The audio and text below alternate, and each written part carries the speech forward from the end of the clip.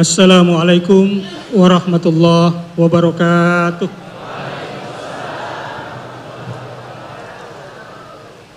Alhamdulillahirabbil alamin.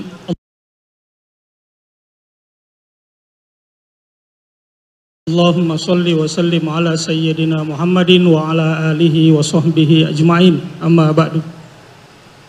Alhamdulillah, pada hari ini kita semua berkumpul di Masjid Bait Al-Quran, Pusat Studi Al-Quran di Pondok Cabe ini.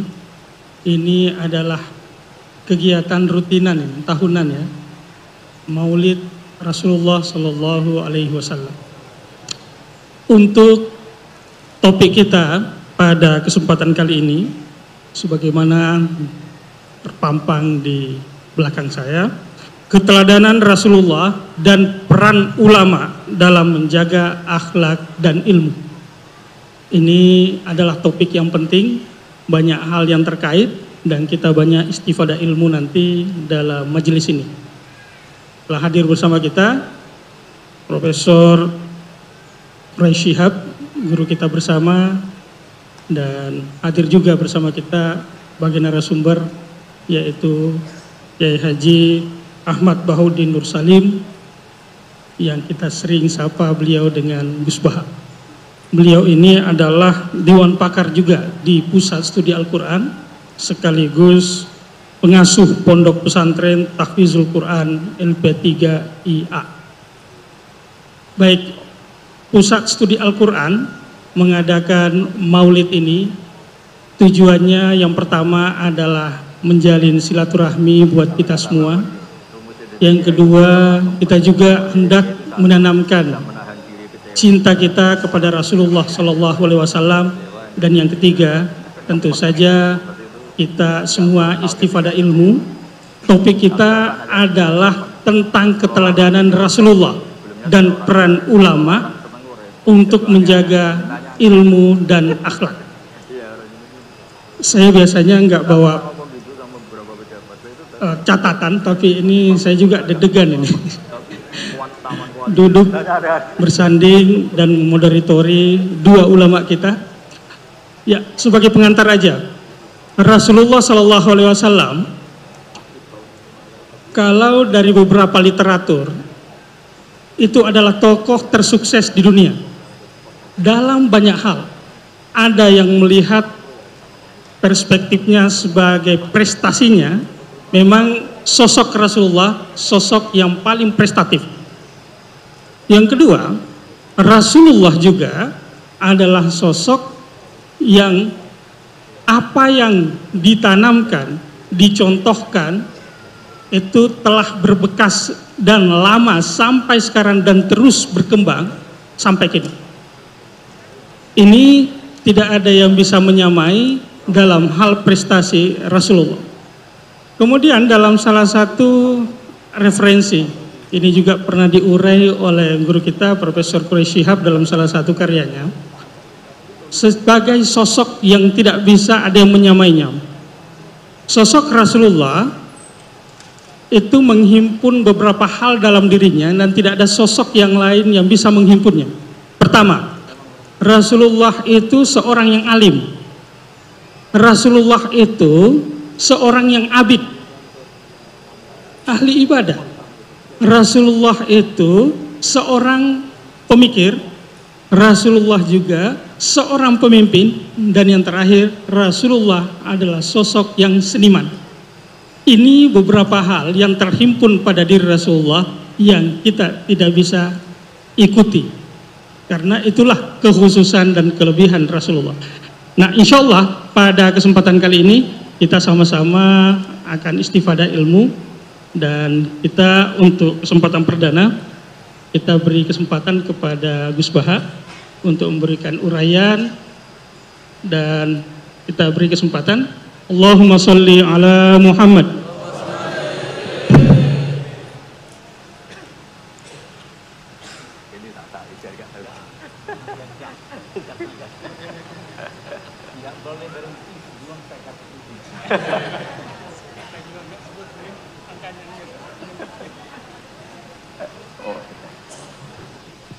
Katanya agak dengar jalan. Ya, saya bilang kita ini tidak sering ketemu Gus Baha. Walaupun kita sering dengar dan ikuti di YouTube dan sebagainya.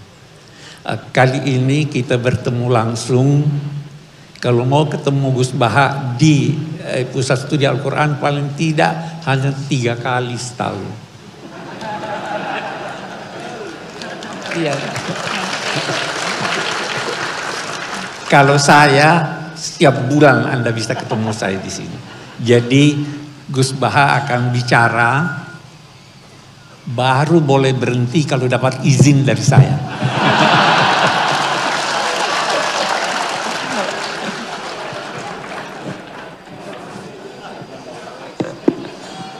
Assalamualaikum warahmatullahi wabarakatuh.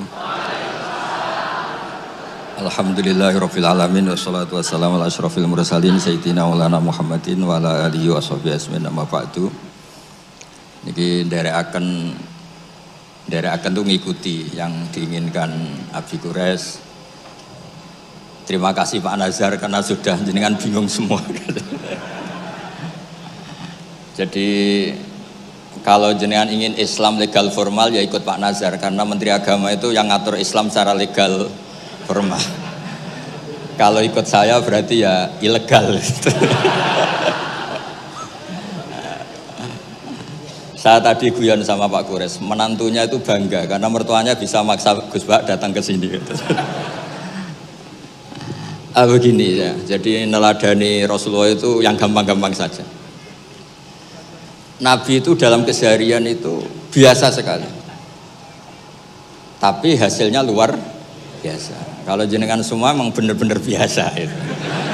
Nah itu juga bagus karena nggak ingin nyaingi apa? Nabi.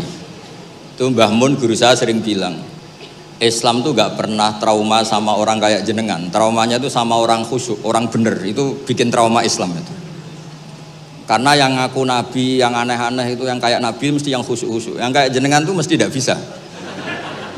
Karena untuk jadi kiai saja orang nggak percaya, apalagi jadi Nabi itu.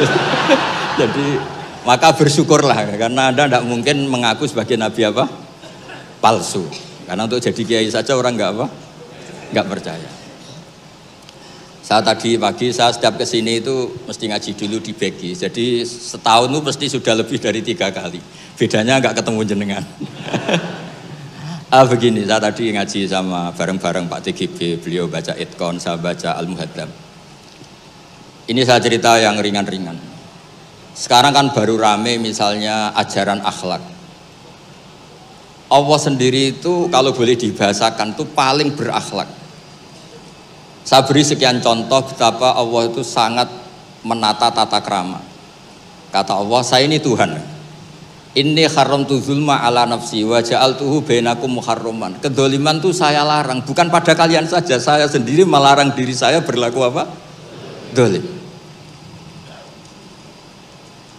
Terus Allah diceritakan oleh Rasulullah SAW, kata Nabi, Innallaha hayyun karim. Allah itu pemalu. Jadi malu, ini ada Pak Luqman Hakim. Malu kalau ada orang mengangkat tangan kemudian nggak diijabahi. Saya malu, orang itu sudah ngangkat tangannya, sudah gini kok tidak saya kasih. Terus contoh lagi, ketika Anda merasa aktor pemberi sedekah, aktor apa? Itu Allah mengistilahkan dirinya itu mangdalladzi yuqridu waha qardan hasana. Siapa yang mau menghutangi saya? Ini Allah zat pemilik langit bumi yang punya semuanya, tapi mengistilahkan dirinya siapa yang mau menghutangi saya? Siapa yang mau menolong saya? Intan surwaha yansurkum. Sehingga posisi adab ini yang dipakai di pesantren, di semua tradisi kita. Saya kalau merasa di sebagai narasumber, mungkin saya tidak mau ngisi, karena itu jumawa. Tapi kalau merasa disuruh menantunya Pak Quraisy, Mas Fikri tadi, itu berakhlak sekali. Seorang Gus Baha disuruh sama Fikri Segaf. Oh itu berakhlak sekali itu. Yang nyuruh yang nggak berakhlak itu. Ya Pak Alwi siap itu, keponakan antum itu yang nggak berakhlak itu. Jadi dulu Islam itu segampang itu. Di kitab Bukhari diterangkan Nanti saya berdoa sama Allah supaya nanti ada isyarah supaya berhenti, jadi nggak lama-lama nanti. Nabi itu nggak jaga image, Nabi itu pernah jalan-jalan. Kebetulan saat itu mau haji. Itu dicegat sama perempuan, Imra'atun bin Khosam. Itu ceritanya semuanya seputar manusia. Imra'atun bin Khosam ini cantik sekali. Kendali untanya Nabi dipegang terus. Kata Imra'atun bin Khosam, ya Rasulullah, inna faridatahu ala ibadi adrokat abi syekhon kabiron. Nah ini saya menunjukkan apal bukan karena saya pinter, bukan, tapi memang pinter bener, maksudnya bukan. Karena kenapa saya nyebutkan Arabnya bukan apa, karena nanti bisa dikoreksi Pak Kures kalau salah terjemah atau salah arti. Dan saya mohon doa jenengan ini Mas Lukman Hakim supaya jadi kiai. Abahnya tuh kiai, saya tuh ngefans sama abahnya, saya sering baca soroh kata, makanya saya tagih. Jadi malah ngarang bahasa Indonesia, abahnya tuh kalau ngarang bahasa Arab. Kayaknya jaga sopan, kalau nyanyi abahnya kan nggak sopan, makanya terus dibawa. Itu ya bagian dari Islam juga. Saya pernah ditegur sama murid-muridnya Mbah Mun, Gus, kamu itu ngaji kayak saya, maksimal takrib. Kenapa ya? Kalau saya ngaji Wahab, kayak Mbah Mun, nggak sopan namanya. Di bawahnya saja biar tetap apa? Sopan. Teman saya itu ngilhami saya sampai sekarang, bilang gini, Gus nanti jangan terlalu soleh ya, biar surganya sama saya katanya. Kalau terlalu soleh nanti surganya sama Mbah Mun, apalagi sama Rasulullah sungkan, gak iso ngopi-ngopi. Itu guyon tapi tak angen-angen bener. Ya jadi jangan bayangkan di surga sama Rasulullah sungkan zaman. Zaman kan sudah capek sholat subuh, toh kan ingin gak subuh. Karena surga. Saman kan mau poligami aja takut istri, nanti kan bidadarinya banyak. Kalau ada Nabi sungkan. Dan nanti sama saya aja di pinggir-pinggir yang enggak. Supaya enggak apa? Tapi kalau amal pas-pasan, kuotanya enggak cukup, langsung neraka, itu resikonya. Karena pas, sekali enggak cukup, neraka. Makanya kuotanya lebih, tapi surganya yang apa? Biasa aja. Imra'atun bin Khosam itu cantik. Nabi pas itu dionta Ardafa Al-Fadl bin Abbas. Fadl bin Abbas ini sepupunya Nabi. Fadl masih muda, masih ganteng muda. Terus fanadharul Fadl ilaiha wa nadharat ilaihi. Nah ini cerita betapa Nabi sebagai pengajar itu manusiawi sekali. Terus falau wa Rasulullah unukal Fadl. Nabi cara sekarang memalingkan Fadl supaya agak ngelihat perempuan ini, Imra'atun min Khosam. Pas Nabi lawa mungkin agak keras, Abbasnya tersinggung. Lawaita ibna amik, gimana kamu sama sepupu kok gitu? Kata Nabi, ini Fadl ingin melihat Imra'atun min Khosam tadi, gadis dari Khosam. Nah ini supaya sama ngerti, jangan bayangkan Nabi itu terus orang kalau mau tanya kok di jalan nggak sopan, nggak berakhlak gitu. Ya biasa aja dijawab. Dijawab ya di jalan itu. Yang tanya juga agak sowan dulu enggak, ya di saja. Nah sekarang beberapa ustadz itu kalau ada orang tanya disuruh ke rumah, ternyata ustadznya masih belajar dulu. Itu enggak urusan sopan, ilmunya enggak cukup, kalau jawab langsung tuh enggak cukup. Terus dikemas sopan, enggak sopan, tanya di jalan, di rumah. Pertanyaannya kasih dulu, ternyata belajar dulu. Oh itu benar-benar ustadz enggak sopan itu. Kan enggak efisien, enggak apa? Ini cerita di Sahih Bukhari. Inna faridatahu ala ibadi adrakat abi syekhon kabiran la yastati'u ayasbuta ala rokhila wa fi riwayatin ayastamsika ala rokhila. Afa ahujju anhu. Bapak saya itu tidak kuat haji. Dan sekarang haji sudah wajib. Ini gimana? Apa saya perlu hajikan?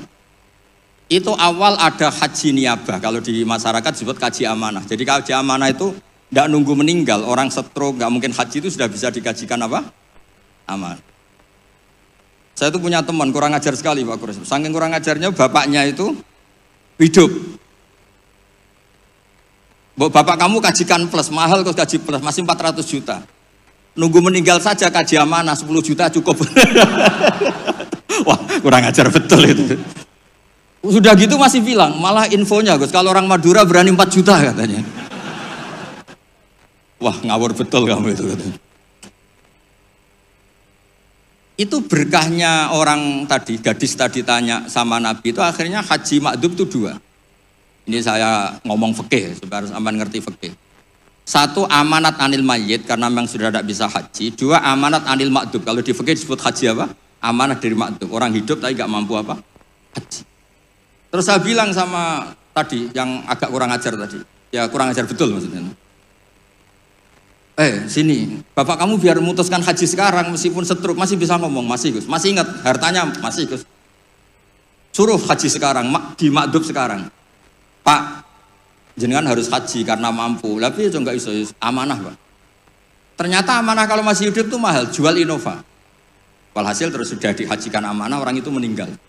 Mendingan mati Gus, murah, tadi masih mahal.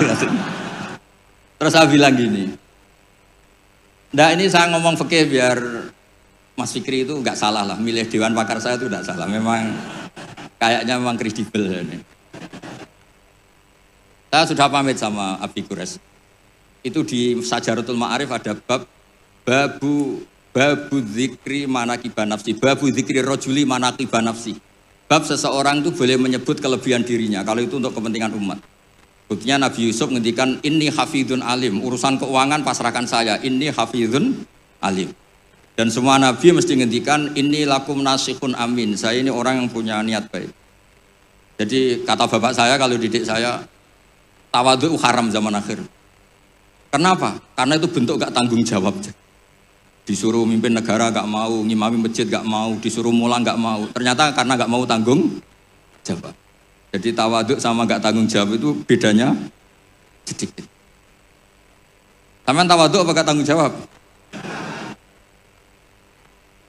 Iya kan banyak orang tuh gak berani nyai. Wah saya dereng sakit gini, tapi komen. Kacau itu. Saya teruskan. Sehingga dulu yang dialami Nabi itu ya biasa. Sampai di Bukhari dibabkan berkali-kali. Babul futya fit thoriq. Bab Nabi itu biasa ngasih fatwa di jalan. Ada lagi dibabkan babu hajjil mar'ati anir rojuli. Biasanya di fikih itu kan pola ibadah lelaki sama perempuan kan beda. Tapi di bab haji niyabah, ini ada Buya Ahsin Sakho. Itu perempuan boleh menghajikan bapaknya, makanya diulang lagi babu hajjil mar'ati anir rojuli, bab perempuan menghajikan lelaki. Kayak apa luar biasanya Nabi. Jadi Nabi itu kesehariannya biasa. Makanya Anda tidak usah khawatir misalnya di pesantren atau di komunitas Jawa atau di komunitas orang Timur, orang Indonesia. Mendidik akhlak, takut itu terlalu apa itu gak usah khawatir. Allah sendiri itu yang paling sopan. Sampai bilang untuk dirinya sendiri, kataba rabbukum ala nafsihir rahmah. Kataba itu mengharuskan, Allah itu mengharuskan dirinya untuk berbuat kasih sayang. Coba orang diwajib-wajibkan itu kan berat. Kayak sampean tak suruh-suruh itu kan berat. Tapi Allah menyuruh dirinya, aujaba ala nafsih, kataba rabbukum ala nafsihir. Makanya saya kalau baca Quran tuh sering nangis. Cara boleh dibahasakan tuh sekesatria itu Allah ngelola alam raya ini. Makanya dulu tuh banyak ulama itu pede. Saya tadi jagungan sama Pak Kures. Ulama dulu tuh pede. Kalau mau mati itu senengnya minta ampun, seneng sekali. Nggak kayak jenengan, hidup gak berani, mati ya gak berani itu, wah itu kacau itu. Mati itu dulu, ini cerita orang dulu. Kenapa ada tarian Jalaluddin Ar-Rumi, tarian kematian, tapi tidak usah ditiru, nanti dianggap aliran sesat. Karena di Indonesia itu kalau aneh-aneh terus bisa di-SK aliran sesat. Meskipun Pak Menteri tadi sudah pulang, tapi kalau tahu sampean sesat langsung dikasih itu. Itu Jalaluddin Rumi, pas mau meninggal itu santri-santrinya nangis. Terus kata beliau, kamu harusnya gak usah nangis, kamu harusnya seneng. Kamu punya guru yang sekarang mau ketemu sama yang sangat dicintai. Kamu itu santri bodoh betul. Gurunya mau ketemu yang dicintai kok kamu nangis. Ayo tertawa semua. Tapi kalau kamu praktekkan, di bengkolan orang banyak kamu. Itu akhirnya santrinya senang gurunya. Alhamdulillah guruku meh mati, alhamdulillah. Tapi dilihat kematian adalah awal ketemu yang dicintai. Lah begitu itu ya bersanad. Ketika Bilal, Sayyidina Bilal itu mau meninggal, itu orang sekelilingnya nangis. Beliau ya marah, jangan nangis. Ghadan nalqal ahibbah Muhammadan wa hisbah. Besok saya ini mau ketemu Rasulullah Muhammad. Kamu gak usah nangis. Ghadan nalqal ahibbah Muhammadan wa hisbah. Tapi mereka mengajarkan kebenaran itu rileks. Yang mengajarkan kebenaran itu rileks. Ini cerita sunnah Rasul yang mudah kita tiru. Sama gak usah bayangkan jadi kiai sufi terus terkenal wali, repot. Bisa kiamat kalau yang jadi wali sampean. Saya keberatan, betul keberatan. Mungkin Pak Kures gak apa-apa, orang sepuh itu biasanya legowo, gak apa-apa yang wali itu. Saya yang komplain. Gak terima saya. Karena gak lewat saya, kalau lewat saya lewat orang dalam. Dulu Nabi Ibrahim itu pernah ingin umur tua. Allahumma rzuqni umran tawilan itu. Ini cerita kalau Allah itu ngelola agama ini ya seni, gak terlalu serius. Sama Allah itu gak dijawab. Ada orang sepuh sowan ke Nabi Ibrahim dikasih anggur. Ketika dimakan dikunyah keluar lagi, ngalir lagi. Ketika dikunyah ngalir lagi keluar. Orangnya sepuh. Nabi Ibrahim langsung masuk kamar. Ya Allah, ini engkau nyindir saya. Hem kena nganti tua, ya senasib pemuniku. Akhirnya ya Allah, doa tadi nggak jadi. Artinya segampang itu Allah jawab. Pernah Nabi Ibrahim itu didatangi malakul maut. Saya pernah cerita ini. Israel datang ke Ibrahim. Saya disuruh nyabut nyawa kamu. Nabi Ibrahim kan GR. Ya beliau kan Khalilur Rahman, makanya marah dia. Nggak mungkin Allah tidak menginfo dulu sama saya. Kalau kamu mau cabut saya, kamu ngawur Israel. Makanya kalau kamu bisa ngawurkan Israel itu sanadnya sampai Nabi Ibrahim itu. Kalau berani. Ngawur kamu, saya tidak dikasih info dulu. Hal ra'aita habiban yumitu habibah. Masa ada kekasih bunuh yang dikasih, ini nggak bener, logika kamu nggak bener. Wah Israel kan nggak bisa debat ya, nggak pernah kuliah, nggak pernah munakosah. Datang lagi, sowan ke Allah, ya Allah. Kata Nabi Ibrahim, kata Khaliluka, hal ra'aita habiban yumitu habibah. Masa kekasih bunuh yang dikasihin? Karena Ibrahim gelarnya kan Khalilur Rahman, apa Khalilur Rahman. Terus sama Allah, kamu bilang gini Israel kan nggak bisa mikir. Makanya ada orang itu ngeluh itu, Gus bapak saya pas di sawah kok mati. Gue Israel itu biarin sampai rumah dulu, kenapa? Pas di sawah mati, di pematang sawah itu belum mati itu cerita ke saya, Gus Israel itu kasih tahu tuh masa kan bisa bunuh di rumah kan bisa. Sembrono betul itu. Terus saya bilang sebetulnya ada, teori itu ada, tapi harus jadi nabi dulu. Masalahnya sekarang nabi sudah apa? Ditutup. Sebetulnya bisa kata saya itu. Terus akhirnya Ibrahim ini Israel dikasih tahu sama Allah. Bilang ke Ibrahim, hal ra'aita habiban yakrahu ayyalqa habibah. Dibalik logikanya. Ya Mas Lukman ya, hal ra'aita habiban yakrahu ayyalqa habibah. Masa ada kekasih tidak siap ketemu yang dikasih. Katanya kamu tuh kekasih Allah, masa ketemu tidak berani katanya. Oh, ketika langsung Nabi Ibrahim marhaban, oh ya gitu. Masalahnya Anda tidak kekasih Allah. Makanya jangan mati dulu. Nunggu di ACC jadi apa? Kekasih. Nanti baru mati. Jadi intinya beragama itu rileks, ada diskusi, ada somasi, ada komplain. Enggak apa-apa. Yang penting ini karena merasa nyaman dengan Allah Subhanahu wa taala. Makanya Nabi itu paling senang sama orang-orang desa itu. Saya ini meskipun banyak baca kitab, tapi sudah memutuskan Islam saya itu gaya Arabi, gaya orang-orang kampung sing badawa itu enggak priayi lah. Karena yang masuk surga awalan itu yang orang-orang enggak priayi itu. Karena malaikat repot tuh kalau ngadepi orang-orang enggak priayi ini. Saya pernah ada guru ini, betul ini kisah nyata, ada guru mau dipidanakan gara-gara buka tes SD loh Pak Kures, kan sudah disegel. Sama dia dibocorkan supaya santrinya lulus semua, SD-nya lulus semua. Kan dikomplain mau dipidanakan. Ya karena saya di daerah saya kan ketua suku lah termasuk itu. Walhasil musyawarah sudah sowan Gus Bak dulu. Ternyata dalilnya tuh ngawur betul. Gus, nak gak apa-apa ya, buka gini gak apa-apa. Kenapa gak apa-apa? Wong ujian mungkar nakir dibuka kiai aja gak apa-apa, apalagi ini ujian. Ujian mungkar nakir kan sudah dibuka, marah buka.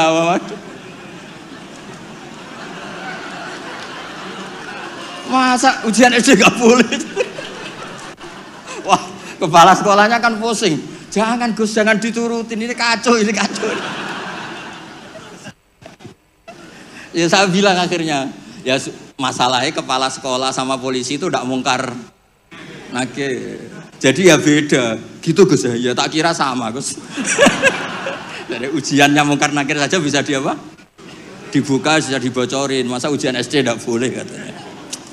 Makanya repot, kena orang-orang kayak gitu tuh repot. Nah orang Arabi itu logikanya seperti itu. Tapi jangan ditiru ya, tadi yang di Indonesia enggak boleh tetap kalau itu. Bisa di penjara kamu.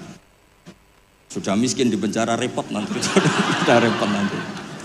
Ya kalau kaya kan agak bisa gimana gitu. Kalau miskin kan agak susah itu. Ya agak gimana ya, agak gimana-mana pokoknya kalau itu segampang itu. Ada orang Arabi tadi saya jagungan sama Pak Kores. Tanya sama Allah, Rasul, ya Rasulullah, man tawalla hisabi, nanti yang ngurusi hisab saya itu siapa? Kata Nabi, Allah. Allah binafsi, Allah sendiri yang menghisab, bukan malaikat, bukan. Iya, jadi. Orang Arabi itu fawallah, orang itu langsung, ya sudah Nabi saya mau pulang, sambil tertawa-tawa. Sama Nabi dipanggil, weh Arabi, kenapa kamu tertawa-tawa? Jawabnya lucu. Kenangan saya dengan Allah di dunia itu baik-baik saja. Maka nanti di akhirat juga baik-baik saja. Kalau sama malaikat saya tidak punya kenangan. Loh itu Nabi komentar itu fakuhal Arabi, kamu pinter yo gitu. Makanya kamu harus yakin kalau nanti ketemu Allah itu baik-baik. Buktinya kita di dunia tanpa prestasi ya baik-baik saja. Kita penuh problem, Allah ya baik-baik saja. Enggak terus makhluk tanpa ada gunanya keluar dari bumiku ya. Nah itu penting. Jadi Allah itu suka. Makanya ada hadis ana indadzoni abdibi, saya ini terserah cara pandang hamba. Ini yang terakhir meskipun belum disemprit Pak Kures. Sudah dapat izin. Di kitab Ihya, saya berkali-kali cerita ini. Kitab Ihya itu meskipun hadisnya banyak yang nyoal, tapi kitab itu kitab keramat. Makanya ada pensara Ihya namanya Sayyid Zabidi itu. Beliau sering ngendikan hadal hadis min haisul matnu dhaif lakinnahu masyhurun wa yu'adituhu fil makna al ahadits as-sahihah. Jadi intinya itu hadis ini secara teks memang masalah, tapi secara makna dikuatkan oleh sekian riwayat-riwayat yang sahihah. Jadi yang dhaifnya itu hanya min haisul lafdu atau hadal lafdu bi ini masalah, tapi min haisul makna itu enggak masalah. Ada orang itu sudah di neraka 2, dipanggil sama Allah ke surga. Allah itu tanyanya unik. Ini di terakhir kitab Ihya di kitab Ar-Raja. Gimana rasanya di neraka? Karwan di neraka ditanya sama Allah. Wah, enggak enak Gusti. Kami tanya, lah kamu gimana di neraka? Wah, enggak enak Gusti. Sudah diborgol, dibakar api, pokoknya enggak enak Gusti. Terus yang satu disuruh, ya sudah kembali lagi ke neraka. Itu lari semangatnya minta ampun, lari ke neraka, semuanya minta ampun. Marhaban ya Allah, ya sudah lari ke neraka. Lah kan daerah. Wih kok semangat gitu. Terus dipanggil sama Allah, kenapa kamu semangat masuk neraka? Karena ini perintah engkau. Saya sampai masuk neraka itu gara-gara kalau engkau perintah tidak pernah nurut. Makanya kali ini saya nurut. Lari ke neraka. Ya sekaligus ini ijazah. Nanti kalau disuruh ke neraka lari sekencang saya ini sudah trauma, sudah nyesal. Karena dulu ketika engkau perintah saya tidak pernah nurut, makanya saya semangat gitu, nurut, karena ini perintah jenengan. Terus pas lari kencang neraka sama Allah dipanggil lagi. Ya sudah, kamu anak baik, di sini aja. Nah khawatir saya nanti kalau kamu lari ke neraka sama Allah dibiarin. Nah itu tidak tahu saya ini. Tapi berkahnya ngaji ini, kamu husnudzon saja, nanti dipanggil apa? Woi anak baik, tak suruh langsung apa? Langsung lari. Itu cerita di Ihya. Yang kedua, yang satu agak bandel. Ayo kamu kembali lagi ke neraka. Kamu kan penghuni neraka. Diam saja. Terus kenapa kamu diam? Teman kamu lari kok kamu diam? Saya itu yakin ketika engkau memanggil saya ke surga itu tidak akan lagi mengeluarkan dari surga. Itu keyakinan saya. Tadi GR. Terus sama apa? Ya sudah. Ana indadzoni abdi. Jadi dua-duanya itu benar. Jadi segampang itu beragama. Nanti di akhirat gak ada komentator, gak ada analis, gak ada, aman. Jadi gak bisa kamu menganalisis Allah. Nanti mau apa ya? Gak bisa. Apalagi masuk TV, gak bisa. Jadi hubungan dengan Allah itu segampang itu. Nah, saking gampangnya hubungan dengan Allah itu Nabi pernah bikin MOU sama Allah, dan itu yang dipakai seluruh kiai di seluruh dunia, di semua kitab. Ya Allah, manusia itu kan tempat salah dan lupa. Bu ya, jangan langsung menghisap kalau ada manusia salah dan lupa. Loh, itu sama Allah diturutin. Makanya Nabi ngendikan, uqtitu khamsan lam yu'tahunna ahadun qabli. Di antara yang disebut tuh khawatimu suratil Baqarah. Coba kita ini disuruh Nabi dan dilegalkan Allah. Enggak terima menteri agama, yang legalkan kan Allah Subhanahu wa taala ini. Disuruh berdoa, Rabbana la tu'akhidna in nasina aw akhtana. Coba. Doa itu kan agak ngawur sebetulnya. Masa lupa atau salah minta dimaklumi. Coba kalau sampean punya manajer di kantor, Pak, kapan-kapan kalau datanya tak tumpahin teh maklumi ya. Oh, langsung di PHK kamu. Kapan-kapan kalau Bapak manggil dan saya lupa nggak datang, maklumi Pak ya. Oh, PHK. Tapi ini satu doa yang disahkan Allah, disuruh berdoa, Rabbana la tu'akhidna in nasina. Ya Allah, jangan kasih sanksi kami ketika kami salah atau lupa. Terus qala na'am, Allah ngendikan na'am ya. Coba kalau Allah pakai teori semua kesalahan kita disanksi langsung, nggak ada manusia di bumi, sudah habis semua. Wong khotib Jum'ah kelihatannya ibadah tapi nyindir tanggane. Kan yo repot. Orang sering itikaf di masjid, ternyata baru masalah dengan istrinya. Wan semuanya masalah. Ngustad kadang ya profesi lain nggak pernah prospek, terus profesi ustad. Oh, repot semua. Ada yang tidak ngustad, sok-sokan ikhlas bertani, ternyata nggak pernah ngajar. Akhirnya satu kampung bodoh semua. Semuanya masalah. Dan kita diberi fasilitas Rabbana la tu'akhidna in nasina aw akhtana. Kayak apa baiknya hadatin? Makanya belum ada kata yang ngarang Hikam Ibnu Athaillah sekarang, nggak ada sebaik Allah. Kalau orang lain maklumi kamu karena nggak tahu borok kamu, tapi Allah ini tahu borok kamu, tahu salah kamu, tapi tetap maklumi. Makanya mas sohibaka man sobika wawa bi'ibika alim. Ini nggak ada yang nemani kamu, tahu aib kamu sebaik Allah. Makanya kitab Hikam itu ada kata-kata yang bagus. Innama akromaka jamilu satri. Ketika kamu terhormat itu sebetulnya saking pandai-pandainya Allah menutupi aib kamu.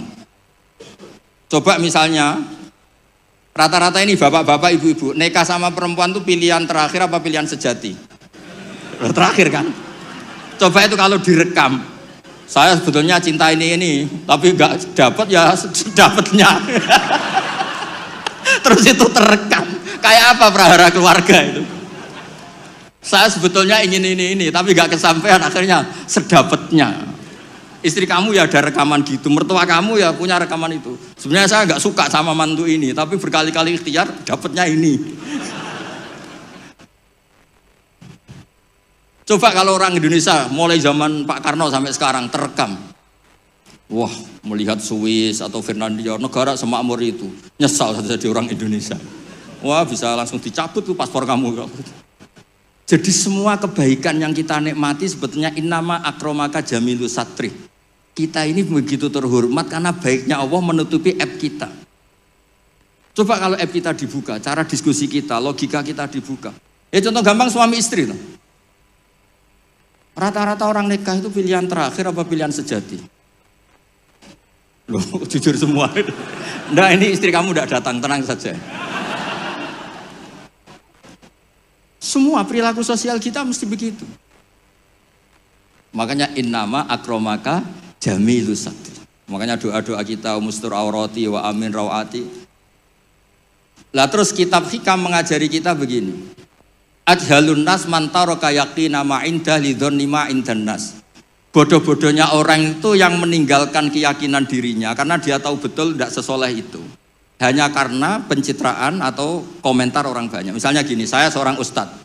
Mungkin orang lain ngira kan ustadz tuh bersih, steril, gini-gini. Padahal si ustadz ini ngerti dia punya masa lalu, dia tidak maksum, dia tidak nabi. Harusnya dia itu lebih berkeyakinan tentang apa yang pernah dialami sehingga dia tetap sopan, tetap menghormati orang. Jangan menurut persangkaan orang banyak yang anggap dia itu bersih. Jadi misalnya gini, Anda dosen di IAIN atau UIN atau di pondok atau di kampus apa saja, atau Anda menteri, ada presiden, siapa saja. Sebetulnya kan setelah kita jadi dosen mungkin kita ngomong, wah ngajar itu ibadah, mencerdaskan bangsa gini-gini. Ternyata mungkin Anda ini cita-citanya itu jadi pengusaha, berhubung gagal daftar jadi dosen. Banyak tuh teman-teman saya yang jadi ustadz, Gus aku bisnis bolak-balik gak kasil Gus, jadi ustadz malah jadi kiai. Kalau itu dibuka Allah semua habis. Misalnya keluarnya menteri, wah enak jadi menteri, ditegur-tegur tok mbek presiden. Kalau itu direkam, wong saya ini cerita saya terakhir. Saya itu pernah ketemu Kiai sepuh Pak Guru, sepuh sekali, temannya Bapak. Datang ke saya. Agak kacau betul ini, mentang-mentang temannya Bapak sama saya itu gak bosok. Saya tetap cium tangan untuk temannya Bapak. Pas rame-ramenya MUI ngaramkan rokok itu. Gus saya ini mau tanya jenengan, kalau jenengan jawab haram tak lawan. Waduh. Kalau jawab haram tak lawan katanya. Kalau jawab halal tak ikuti katanya. Yang saya senang dari cerita dua kiai sepuh ini begini. Saya ini kiai sepuh Gus. Saya ini hiburan saya itu rokok. Rokok di pojok musola. Habis maghrib sampai jam 10. Kalau istri sudah tenang, tidak berontak baru pulang. Karena kalau belum ngantuk itu bawaannya ngomel kan. Ini yang cerita dua orang ini. Jadi hiburan saya itu rokok sama teman-teman musola. Tapi sekarang rokok diharamkan. Tolong kasih tahu MUI, Gus. Raro rasanya jadi kiai katanya. Kalau orang awam hiburan kan bisa lihat dangdut katanya, bisa saweran. Saya ini kan kiai Gus, gak pantas. Hiburannya hanya rokok. Gitu aja kok diharamkan. Ya sudah bah, halal kata saya. Oh itu senengnya bukan main. Setelah itu kemana-mana bilang, kata Gus Pak halal. Waduh.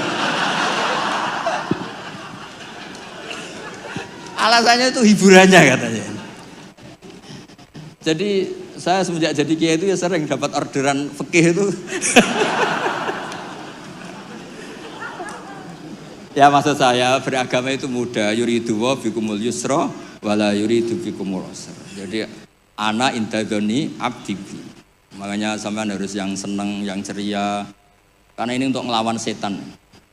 Setan tuh suka kalau orang Islam tuh susah, kemudian menyalahkan agama ini, menyalahkan sistem alam raya ini sehingga tidak ridho dengan kodok qadar. Makanya disebut innaman najwa minasyaitoni liyahzunal ladzina amanu. Jadi kalau pikiran yang ngajak susah itu minasyaiton. Berarti yang ngajak seneng itu minallah. Makanya saya ini ustadz beneran ini karena ngajak orang seneng gitu. Kalau yang ngajak susah itu masalah itu. Wong jelas di Quran la tahzan, jangan susah. Enggak ada di Quran la tafrah, itu enggak ada. Yang ada qul bi fadlillah wa bi rahmati fa bidzalika falyafrahu. Ya saya pernah dikomplain sama kiai-kiai yang khusuk-khusuk Pak Kores. Gus ini nanti kalau maghrur, orang gara-gara ngaji jenengan isane seneng tok terus atau susah. Terus saya bilang masalahnya apa? Kalau enggak tahu susah sampai akhirat kan bagus kata saya. Terus tapi itu saya enake dhewe fasik. Oh, nak fasik ku wis asli, sedurunge ngaji aku wis fasik. Kok nyala-nyalain saya kata saya.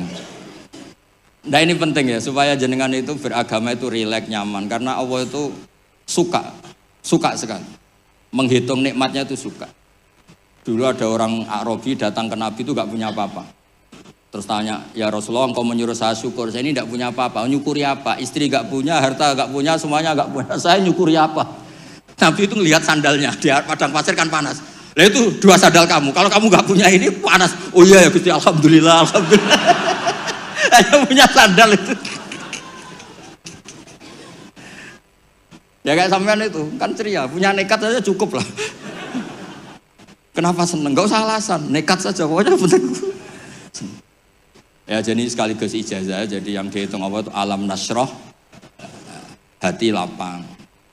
Terus kul bi fadlillah wa bi rahmati fa bidzalika. Bapak saya itu paling sering mensyariatkan seneng. Kalau pagi ngajak jalan-jalan saya itu, kalau ada orang miskin itu di warung nongkrong, rokoknya satu aja hutang, satu ler saja hutang. Terus ngomong itu seakan-akan dunia miliknya. Itu kata bapak, itu hamba paling dicintai Allah. Kalau presiden orang kaya seneng itu kan wajar, alasannya jelas. Ini nggak punya alasan untuk seneng.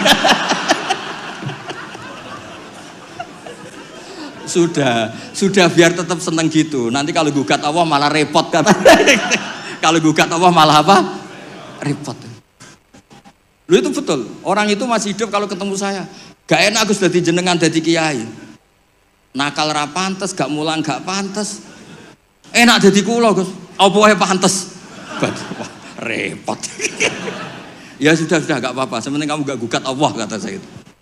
Karena tadi ketika orang-orang miskin dikelola nyuwun sewu orang yang tidak bertuhan, ini terus malah yang digugat Allah Subhanahu wa ta'ala. Makanya Sayyidina Umar dari sekian sanad, ini biar kita sepak kures, dari sekian sanad yang saya terima dari guru-guru saya, dari Mbah Mun, dari itu, Sayyidina Umar itu punya riwayat dari Rasulullah itu unik. Inna woha kallafani an asrifa an hudu'a. Ya saya ulang lagi, inna woha kallafani an asrifa an hudu'a. Allah itu memaksa saya supaya apa-apa itu gak ngelibatkan Allah. Karena kalau apa-apa melibatkan Allah, ini kalau Allah kuasa kenapa ada orang miskin? Kalau Allah kuasa kenapa ada orang terlantar? Malah repot semua. Orang dilatih Islam menyalahkan dirinya sendiri. Rabbana dzolamna anfusana. Makanya Umar terus pidato, jika ada orang yang tidak makmur ketika saya jadi khalifah, salahkan Umar, jangan nyalahkan Allah. Anda punya pemimpin yang tidak becus. Kalau Sayyidina Ali mirip cuma agak kacau. Diskusinya agak kacau. Tapi kacau ilmiah tetap bagus. Ada orang ngelapor, ya Ali, ketika kita dipimpin Umar, dipimpin Abu Bakar, Umar baik, kenapa setelah engkau pimpin kacau? Konflik, kata Ali, ketika Abu Bakar, Umar mimpin, itu rakyatnya baik-baik kayak saya. Pas saya mimpin, rakyatnya kayak kamu.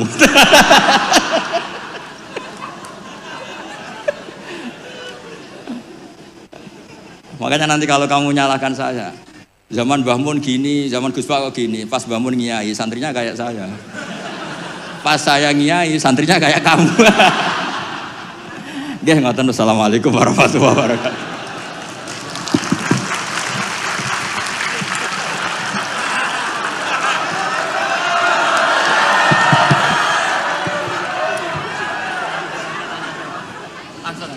Belum dapat izin. Nanti tanya. Dijanji nanti ada tanya jawab. Baik, terima kasih Gus Baha. Kita lanjut aja ya, langsung pemaparan dari Habib Quraish Shihab. Ya, waktunya juga sama ya. Mungkin Gus Baha mau memberikan waktu juga. Ya agak sopan kalah sepuh. Baik, bismillahirrahmanirrahim. Alhamdulillah, wassalatu wassalamu ala rasulillah wa ala alihi wa ashabihi wa man wala.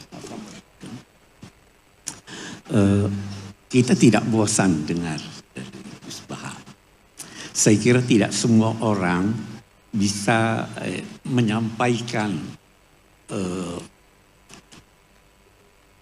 mutiara-mutiara hikmah dengan cara yang diberikan oleh Gus Baha. Nah, yang pasti saya tidak bisa begitu.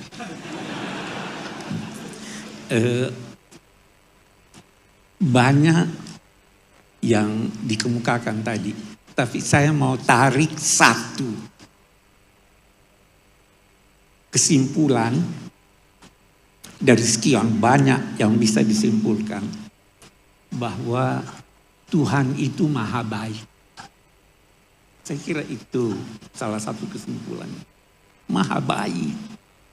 Tadi kita dengar Tuhan malu. Ada lagi satu, Tuhan cemburu. Pernah tidak dengar? Tuhan cemburu. Kalau Anda mencintai orang lain, oke. Cinta harta, oke. Cinta anak, oke. Cinta istri, lebih-lebih lagi. Tapi jangan lebih dari cintamu kepada Allah. Kalau tidak, dia cemburu. Ya. Jadi Ini sifat-sifat yang dijelaskan oleh Rasul untuk mendekatkan kita kepada Allah. Terlalu banyak itu. Dia lebih dulu cinta pada Anda sebelum Anda cinta dia. Yuhibbuhum wa yuhibbunahum. Radhiyallahu anhum wa radu anhu. Ini prinsip yang dibawa oleh Nabi Muhammad SAW. Nah, saya mau bicara tentang cinta Rasul. Tapi tidak banyak ketawanya. Jadi saya tidak boleh panjang-panjang sepanjang Gus Baha. Saya hanya ingin menjelaskan atau berusaha menjelaskan 3 atau 4 kata dari Al-Quran yang boleh jadi merupakan dasar-dasar untuk keteladanan kepada Nabi. Yang pertama, yang dituntut dari kita itu percaya antuk minabillahi wa malaikatihi wa kutubihi wa rusulihi, termasuk Nabi Muhammad dan seterusnya. Mari kita introspeksi. Anda percaya Nabi Muhammad itu Rasul? Kenapa percaya? Kenapa percaya? Coba tanyakan diri Anda, kenapa saya percaya? Bertingkat-tingkat. Saya mau, Imam Ghazali membeli ilustrasi begini. Ada satu orang pemuda jatuh cinta pada satu gadis. Tapi dia masih bingung, itu gadis cinta sama saya atau tidak. Maka dia punya teman. Dia berkata padanya, gadis itu cinta kamu. Dia percaya enggak? Dia percaya karena sesuai dengan keinginannya. Ya kan? Ada bukti? Enggak ada bukti. Anda percaya Nabi Muhammad, kenapa? Ini tingkat yang paling rendah dari kepercayaan. Kita naik sedikit. Ada satu orang cinta atau benci pada satu orang. Terus dia, itu orang yang kau benci meninggal. Masa? Iya. Wah, tidak mungkin. Dia, mari kita ke rumahnya. Kita cari tahu dia. Sampai di dekat rumahnya, dia lihat atau dia dengar ada orang yang menangis. Dia itu buktinya, sudah menangis keluar dari. Ada bukti atau tidak? Ada bukti. Tapi bukti ini valid atau tidak? Tidak. Anda percaya karena ada bukti yang Anda pegang atau tidak? Bagaimana bukti Anda itu? Ini tingkat kedua dari percaya. Tingkat ketiga. Itu si A meninggal. Kita ambil contoh. Siapa yang bilang? Guru saya. Percaya enggak? Kenapa percaya? Karena percaya pada guru. Bisa salah enggak gurunya? Bisa.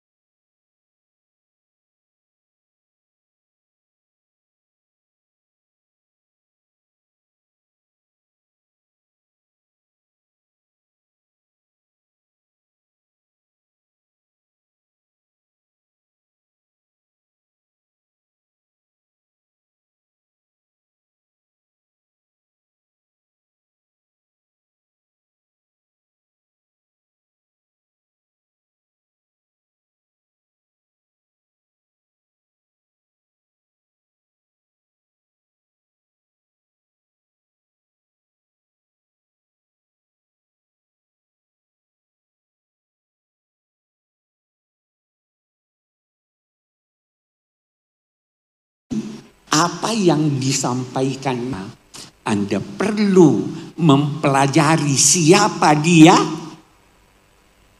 Kalau tidak bisa, pelajari apa yang dia sampaikan. Nah, sudah, itu harus disyahadat. Ini setelah syahadat nanti baru Nabi. Jadi tidak kagum, bahkan dia tidak percaya bahwa dia utusan Tuhan. Mustahil. Ada satu peneliti Inggris, dia baca Quran. Dia bilang yang sampaikan ini gila atau sangat percaya diri. Apa? Jadi itu dia tantang orang. In kuntum fi raibin mimma nazzalna ala abdina fa'tu bi suratin. Kalau kamu tidak percaya bahwa ini firman Tuhan, buat semacam itu. Tantangannya tidak hanya berlaku sekarang, sampai akhir zaman. Ini gila ada orang nantang kayak gini. Ya kan? Nah, jadi waktu saya bersaksi bahwa Nabi Muhammad itu karena Anda kenal kepribadiannya atau kenal ajarannya. Kalau tidak, saksi bohong ini. Kita dituntut untuk bersaksi. Kita baca di Quran. Kita baca di Quran apa itu? Qad nara taqalluba wajhika fis sama. Falanuwalliyannaka wijhatan tardaha fawalli wajhaka. Terus turun itu perintah untuk mengarah ke Mekah. Ada yang oh ini kenapa nih? Oh ke Mekah. Ya, apa terus dia katakan begitu lanjutannya. Setelah bicara soal pengalihan kiblat, kadzalika ja'alnakum ummatan wasatan litakunu syuhada'a 'alan nas. Nah, syahadah lagi di sini. Kamu dituntut untuk menjadi syuhada 'alan nas wa yakunar rasulu 'alaikum syahida. Ada dua maknanya. Syahid itu bisa berarti yang menyaksikan, bisa berarti yang disaksikan. Kamu diminta untuk menyaksikan bahwa memang dia. Kedua, kamu diminta untuk disaksikan orang bahwa ini dia Islam yang benar. Beri teladan. Wa yakuna rasulu alaikum syahida.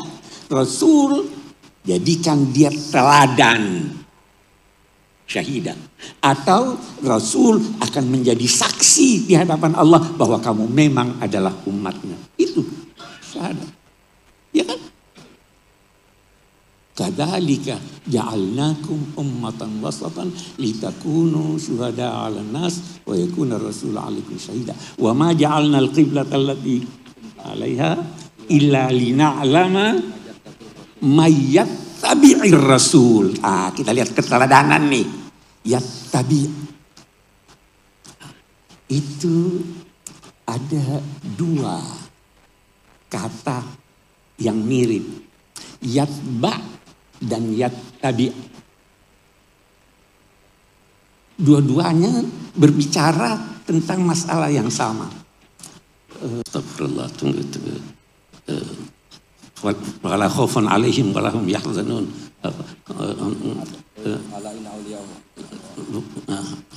Tunggu. Orang tua sudah lupa. Ada di surat Taha. Di surat Taha itu la yukhrijannakum la yukhrijannakum masyad. Bukan. Astagfirullahaladzim. Maksudnya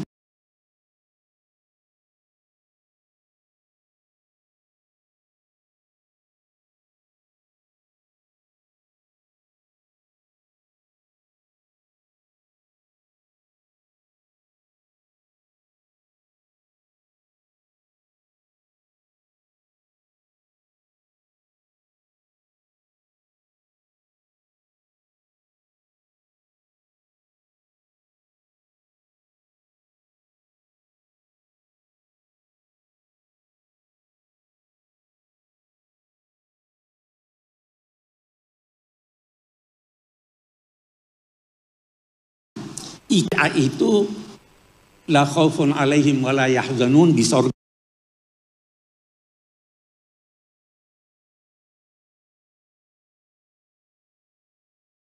Itu la khaufun alaihim wa la yahzanun di sorga nanti.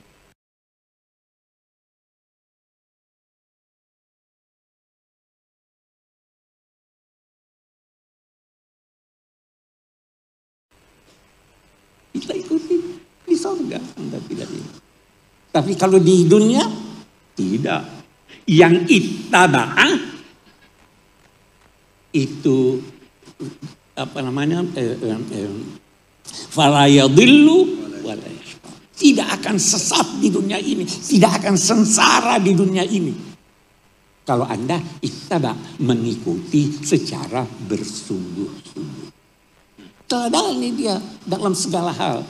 Nah, yang keempat, yang saya mau terangkan,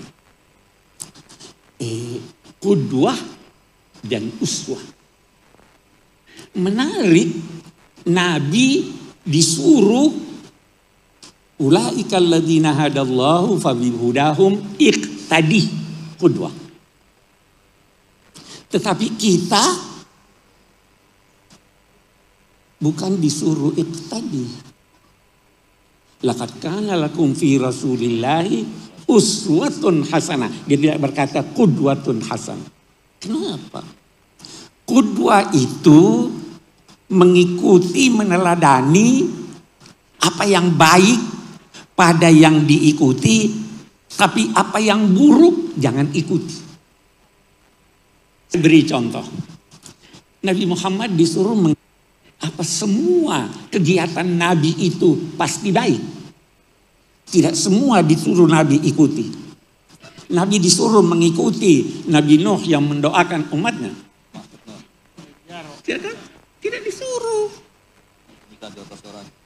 Nabi Musa itu yang narik jenggot saudaranya yang emosi, disuruh ikuti itu?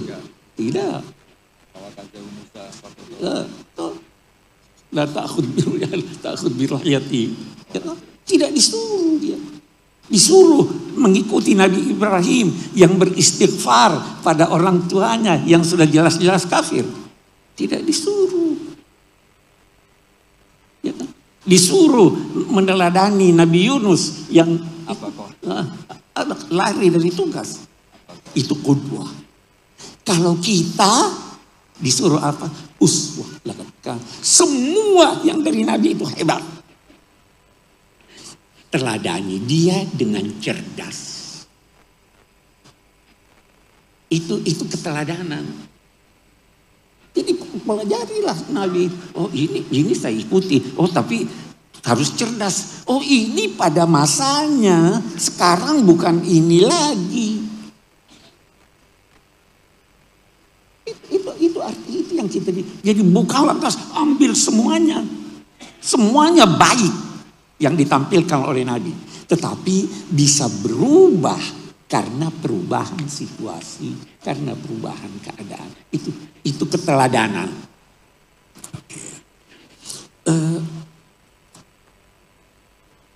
Allah berfirman begini.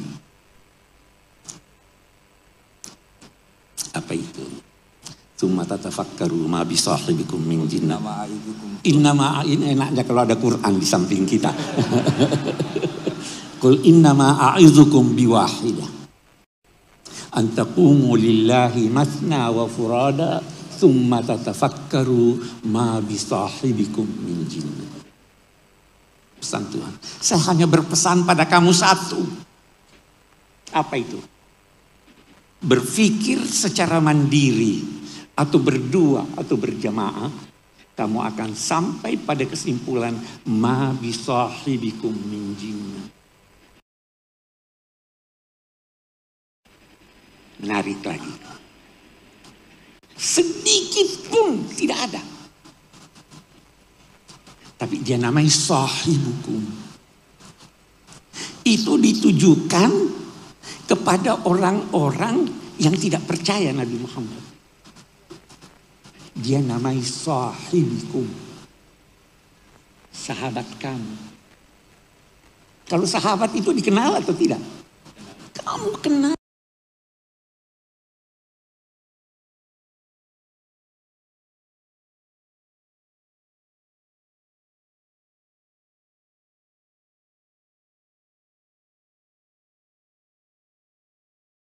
Dia. Kamu kenal dia. Kenapa baru sekarang kamu ini? Habis sahibikum. Terus dia itu sahabat. Sahabat. Bukan cuma sama orang Islam sahabat. Dia menemani. Itu menarik lagi saya teringat sekarang. Kalau kita buka Al-Quran. Berdoa itu. Pakai iya atau tidak? Ya itu panggilan yang jauh. Kalau doa dalam Al-Quran tidak pakai ya. Rabbana atina, bukan ya Rabbana. Rabbighfirli, tidak pakai iya. Kenapa? Karena Anda diminta dekat pada Tuhan. Kalau Anda tidak dekat pada Tuhan, Tuhan yang dekat pada Anda. Jadi tidak pakai ya. Anehnya. Ada 2 kali kata ya dalam Al-Quran yang diucapkan oleh Nabi. Tapi itu bukan doa. Itu keluhan. Ya Rabbi, inna qaumi ittakhadhu hadzal Qur'ana. Allahumma shalli ala Muhammad.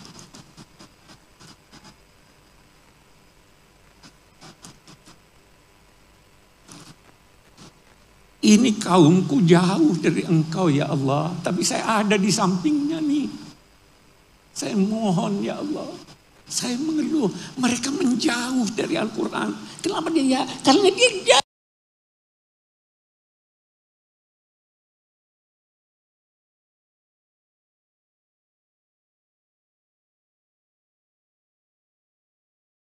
Dari Tuhan. Ini orang-orang jauh dari Tuhan.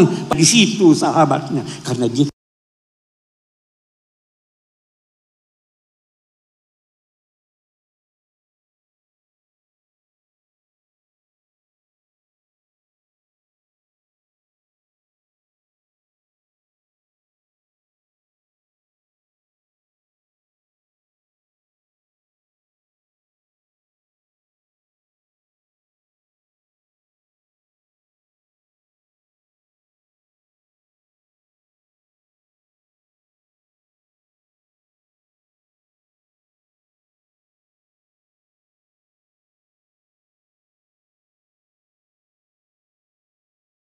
tidak menjauh dari orang itu adalah orang-orang yang berbeda dengan kita dan memusuhi kita. Itu adalah orang-orang yang berbeda dengan kita dan memusuhi kita.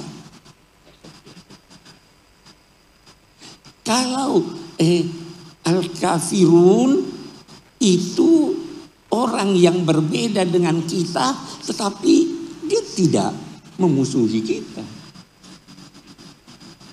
Kalau alladzina kafaru bisa menggabung ini semuanya. Saya pernah berkata tidak ada di dalam Al-Quran ini Gus Baha kita pernah ngomong-ngomong itu soal qul ya ayyuhal kafirun. Kenapa itu qul ya ayyuhal kafirun? Perintah Allah. Itu perintah Allah kan. Itu mengikuti perintah Allah.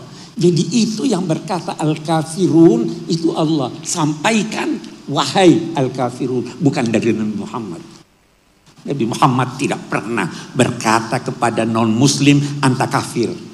Kenapa? Karena kalau kita berkata dia kafir, dia pun bisa berkata pada kita kafir. Wala tasubbul ladzina yad'una min dunillah fayasubbullaha adwan. Jangan mati. Orang baik-baik tidak usah bilang kafirun. Tidak ada dalam Al-Quran. 1 kali ada dalam Al-Quran. Itu tapi di hari kemudian nanti. Nabi tidak disuruh berkata al-kafirun. Tapi al-kufar bagaimana? Wasdud alaihim nanti ada. Asyidda'u al-kufar. Kalau Anda dalam perang harus tegas. Dan ketegasan itu bisa bermacam-macam. Ada orang bermain-main dengan agama. Sudah tegas saya, maaf saya tinggalkan. Saya tidak maki dia, itu tegas. Asyidah ala kufar. Tegas semua orang kafir. Bukan semua orang kafir. Ya ayyuhal kafirun. La a'budu ma ta'budun wala antum 'abiduna ma a'budu lakum dinukum. Itu keteladanan dalam kehidupan bermasyarakat. Iya kan? Ruhama bainahum. Saling berkasih-kasih antara mereka. Apa sih rahmat itu? Apa artinya rahmat? Rahmat itu keperihan hati melihat ketidakberdayaan satu pihak yang mendorong Anda membantu untuk meringankan. Kalau Anda bantu orang tapi hati Anda tidak perih, itu bukan rahmat. Keperihan hati melihat ketidakberdayaan yang mendorong Anda membantu. Banyak orang bantu tidak perih hatinya, bantu aja biar dia tidak mati saya, itu bukan rahmat. Ruhama bainahum. Baru dia katakan, tarahum ruk'an sujjadan yabtaguna fadlam minallah. Mereka salat, mereka ruku, mereka sujud. Kata Syekh Abdul Halim Mahmud, saya punya guru, sujud dalam Al-Quran bukan hanya berarti salat. Sujud itu patuh kepada Allah. Terus ini sahabat-sahabat Nabi ini yang dipuji dan istimewa, tidak berbisnis dengan Tuhan. Dia tidak katakan yabtaguna ajran minallah, yabtaguna fadlan minallah, waridwana, ridha. Dia butuhkan ridha. Ridha itu lebih baik dari sorga. Waridwanum minallahi akbar. Ridha itu yang mereka harapkan, yabtaguna fadlan minallah. Terus simahum fi wujuhim, bukan bekas dahi yang ada di sini, bukan itu. Wajahnya cerah. Itu Nabi Muhammad. Orang lihat banyak yang percaya langsung, mahada biwajhi kadzab. Ini mukanya bukan muka orang bohong. Cerah air mukanya, simpatik. Kalau ini, saya tanya dokter kulit. Apa itu? Dia bilang itu kebetulan ada. Dia punya tulang ini menonjol. Jadi waktu sujud itu sebabnya ada orang di kakinya. Ada orang di kacamatanya.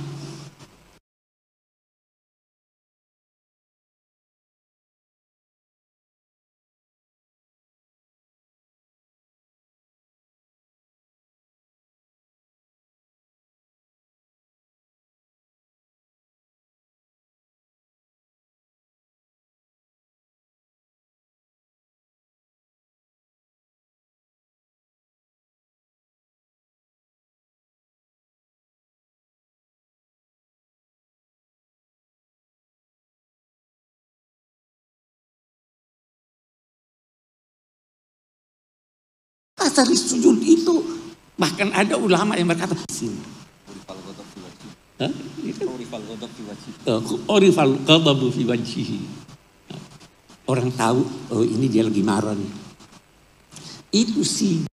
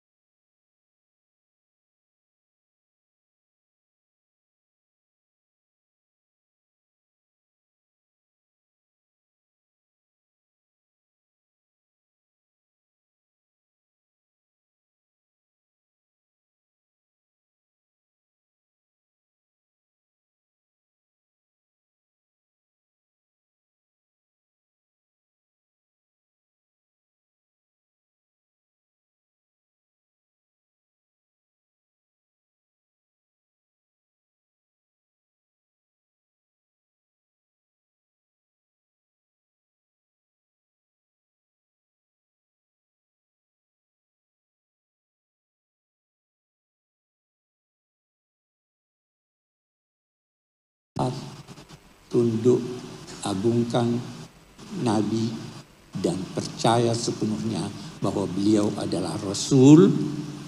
Allah Maha Esa, Maha Baik. Allah berfirman dalam sebuah hadis qudsi, hai hambaku, dari baiknya nih. Dengar. Hai hambaku, aku menciptakan langit dan bumi. Apa kamu kira aku tidak mampu memberi engkau apa yang kamu butuhkan?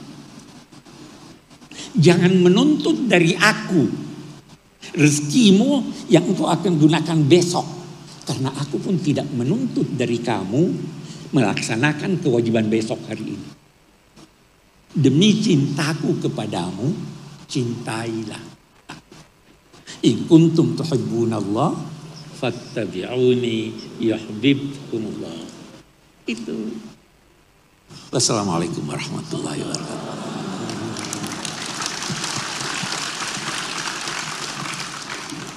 Alhamdulillah,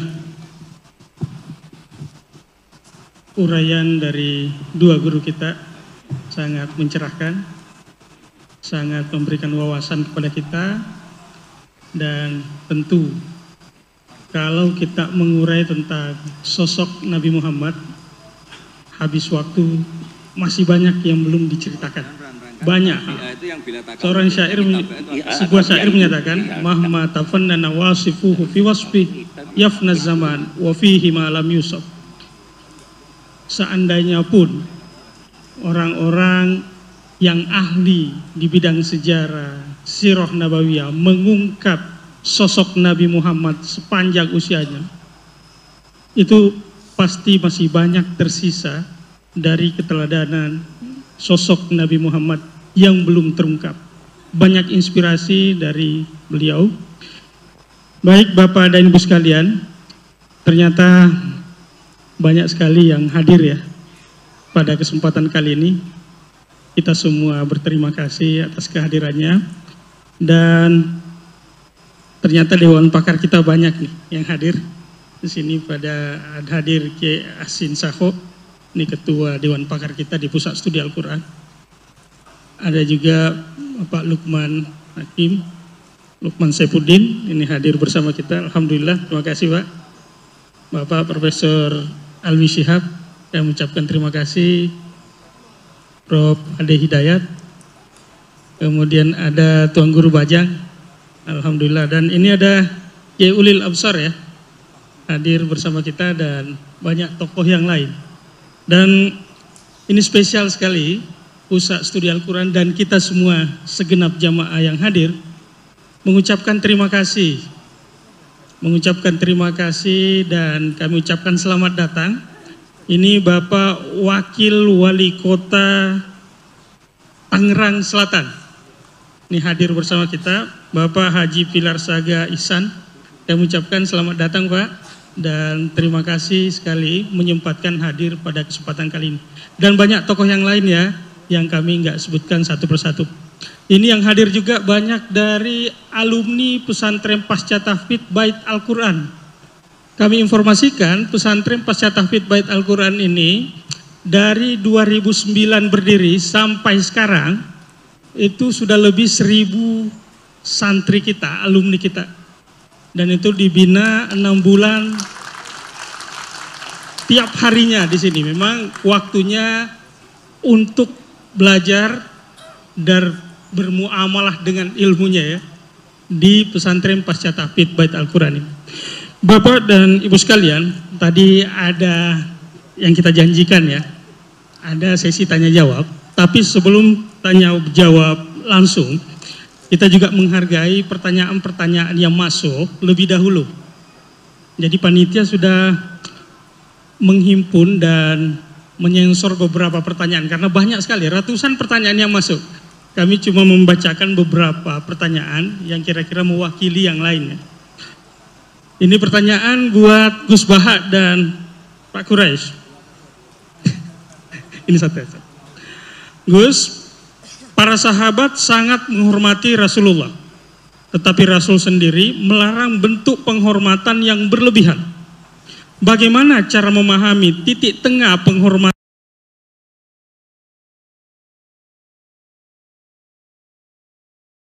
penghormatan yang benar kepada Nabi, dan dalam konteks ulama yang disebut sebagai warasatul anbiya, bagaimana memastikan penghormatan kita kepada kiai, guru, ustadz dan sebagainya tetap dalam koridor adab, tawadu, yang tetap memakai nalar kritis, bukan berubah menjadi ketakutan, ketergantungan, atau kepatuhan tanpa berpikir.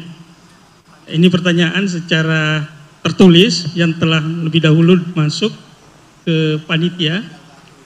Ya, dijawab dulu atau? Ya. Bismillahirrahmanirrahim. Ini pertanyaan yang mudah dijawab, asal sampean nggak punya sentimen. Biasa aja. Saya ini kan kata orang banyak, saya ini kan ya Gus, ya Kiai, ya Gus asli. Bapak saya Kiai, bapak saya Kiai. Tapi ya nggak ingin dihormati berlebihan. Buktinya disuruh Mas Fikri ya mau saja. Di pidatoni Pak Nazar ya saya dengerin. Kan berarti saya juga sopan gitu. Jadi begini ya.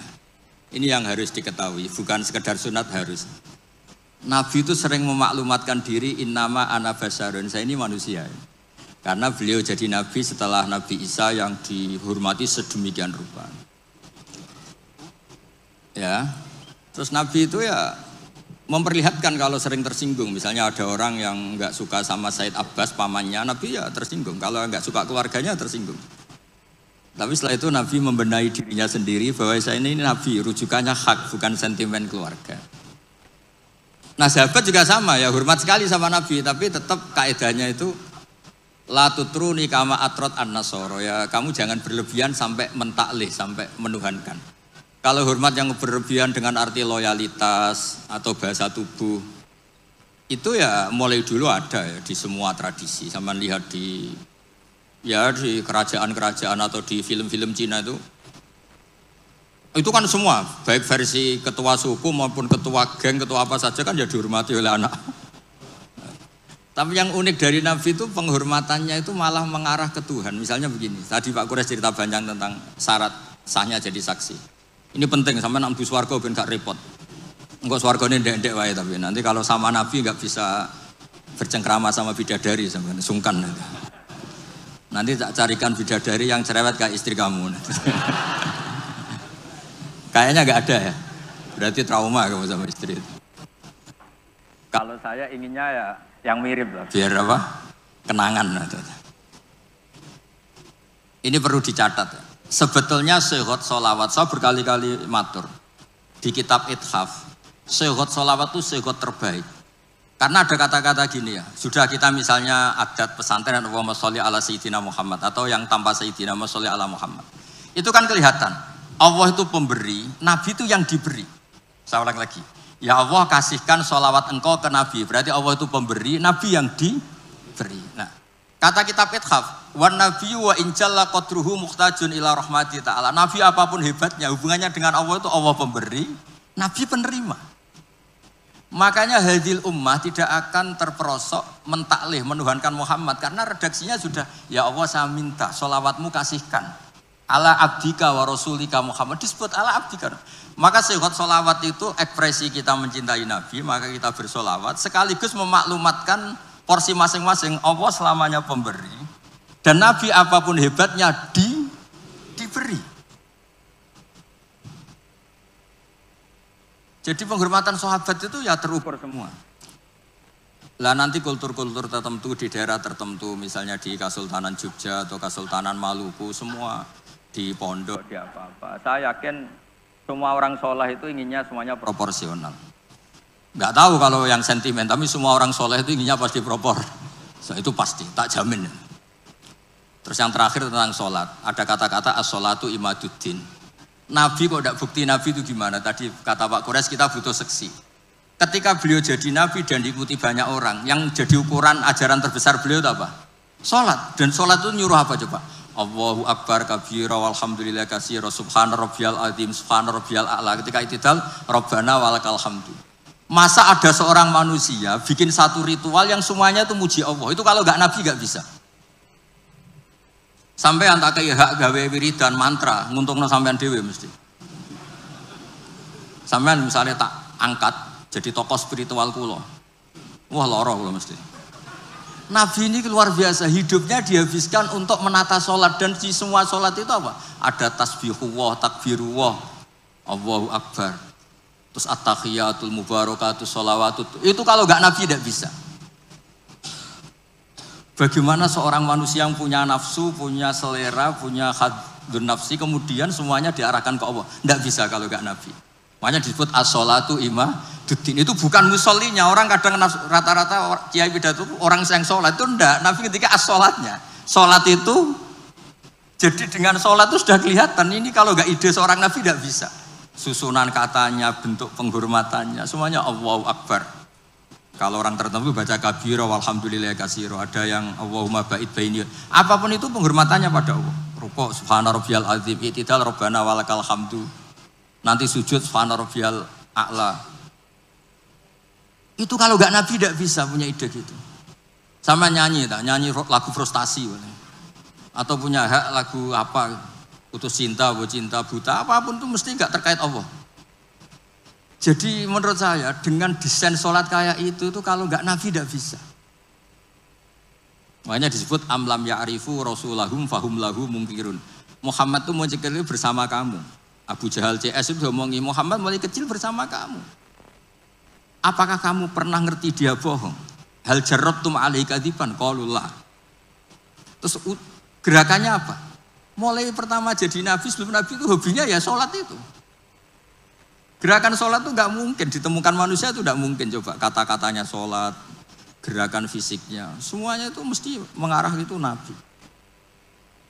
Maksud saya kalau bahasa keseharian itu ya terserah lah. Orang Jawa kalau dipegang kepalanya tersinggung, kalau orang Arab seneng. Dan ini kalau bentuk penghormatan pada guru sampai nadili ya repot, semuanya subjektif. Semuanya apa? Ya tapi tentu nggak boleh berlebihan. Di mana-mana berlebihan itu nggak baik. Hanya urusan penghormatan. Kamu makan berlebihan ya sakit panitia kan. Kamu sering ngaji ya kasihan istri kamu. Pelarian kok ngaji itu gimana? Kamu terlalu sayang istri ya kasihan ibu kamu. Karena apa-apa kalau berlebihan kan enggak. Makanya saya tuh sering cerita. Kalau ada santri sering sowan saya sama istrinya tak marahin. Kamu tuh santri nggak benar, terlalu mesra. Ternyata betul. Setelah beberapa hari ibunya datang. Ya Gus, Jokrabi lali kulo setelah menikah lepas saya. Ya karena berlebihan itu. Kayak orang kok seneng ngaji, bahaya itu mesti. Agak-agak banyak masalah. Ini bukan suudon, suul yakin. Tapi bagus, pelariannya kok ngaji. Coba sekarang misalnya istri sampean sedang mesra terus ngajak liburan ke Australia. Milih ngaji Gus Pak apa ke Australia? Ayo jawab. Sedang mesra-mesranya. Pi, ayo main ke Australia, mumpung saya uangnya banyak. Sudah kamu tak traktir, ngaji apa liburan? Oh yang bener. Yang jujur gitu loh. Ya tapi gak apa-apa, ngaji itu sudah bagus. Mulai dulu ya gitu, mulai dulu ya. Sayyidina Ali itu kalau ke masjid itu sedang bentrok sama Sayyidah Fatimah. Kalau enggak ya di rumah sama Sayyidah Fatimah. Artinya itu manusiawi, makanya Nabi tanya, mana suamimu? Baini wa bainahu syai'un, tadi ada geger sama saya makanya enggak di rumah. Ternyata tidur di masjid. Kalau kata KNO karena bayangkan ada beduk, tidur di bawah beduk, padahal masjidnya Nabi tidak ada beduk. Terus ya abad turab. Ya dulu itu biasa orang ke masjid itu karena uzubah, belum nikah kayak Abdul bin Umar atau Ali baru masalah dengan Sayyidah Fatimah. Sekarang ya alhamdulillah banyak yang teruskan itu. Kalau sedang banyak masalah ya sering ke masjid, kalau enggak ya enggak, itu sanadnya mutasil itu. Jadi beragama itu ya untuk manusia biasa aja. Sementing tauhidnya ditata. Tadi kata Pak Quraisy kalau iman sama Rasulullah Muhammad Nabi ya syahadahnya di minimal syahadat tadi. Orang punya ide menemukan sholat itu kalau enggak seorang Nabi itu tidak bisa. Coba kalimat sholat itu menguntungkan Nabi apa menguntungkan Allah? Kalau boleh dibahasakan. Semuanya mengarah ke Allah. Bahkan hubungannya Nabi dengan Allah itu kita katakan apa? Allahumma sholli, ya Allah kasih. Nabi saya ini kasih rahmatmu. Tetap saja hubungannya Allah pemberi, Nabi diberi, penerima. Jadi nggak mungkin agama ini kebablasan sampai menuhankan. Nah, masuk surga pun dengan rahmatnya Allah. Sampai Nabi ngintikan kamu tidak masuk surga karena amal kamu. Wala anta ya Rasulullah, juga engkau tidak masuk surga karena amal engkau. Wala ana illa ayata ghammadani ya Allah bi rahmati. Kayak apa? Segalanya itu Allah itu kayak. Keren kan jenengan? Keren. Sekarang ngrungokno ngaji. Nggih, kasih. Illa ayatakum madani Allah birahmat. Allah Maha Baik, kata Rabbukum ala nafsihir rahmah. Baik Bapak dan Ibu sekalian, waktu juga yang memisahkan kita ya. Jadi tadi pertanyaan yang tadi sudah pertanyaan pamungkas. Ada beberapa daftar pertanyaan lagi, tapi saya kira tadi juga sudah diurai saat uraian baik Gus Baha maupun Abi Quraisy. Bapak dan Ibu sekalian, ini ternyata benar-benar banyak yang hadir ya. Ini saya lihat alumni pendidikan kader Mufassir, PKM, PSK. Ini sejak 2005, ini banyak juga ya. Ini ada juga beberapa yang masih kelihatan nih. Kemudian jamaah halaqah tafsir. Ini banyak juga ini. Ini halaqah tafsir. Ini jauh lebih tua ya usianya ini ketimbang program-program yang lain, karena sejak awal berdiri memang sudah dilaksanakan dan sampai sekarang masih konsisten. Setiap Rabu di masjid ini ada kajian terkait keislaman, keal-Quranan, dan halaqah tafsir ini ada kelompoknya. Silahkan Bapak dan Ibu untuk mengikuti kegiatan halaqah tafsir ini setiap Rabu di masjid kita ini. Jam 9 Bu ya, sampai jam 11 biasanya. Ya, dan masih banyak lagi yang lain hadir di sini. Kami ucapkan terima kasih atas kehadirannya. Dan mungkin ada satu pertanyaan lagi ya. Ini ya kita kasih jamaah perempuan satu aja ya. Tapi pertanyaannya singkat ya, singkat karena waktu juga. Silakan panitia bantu untuk memberikan mic-nya. Silakan yang ibu yang paling belakang. Langsung ke persoalan Bu ya. Ya, yang pas depan tiang yang angkat tangan itu.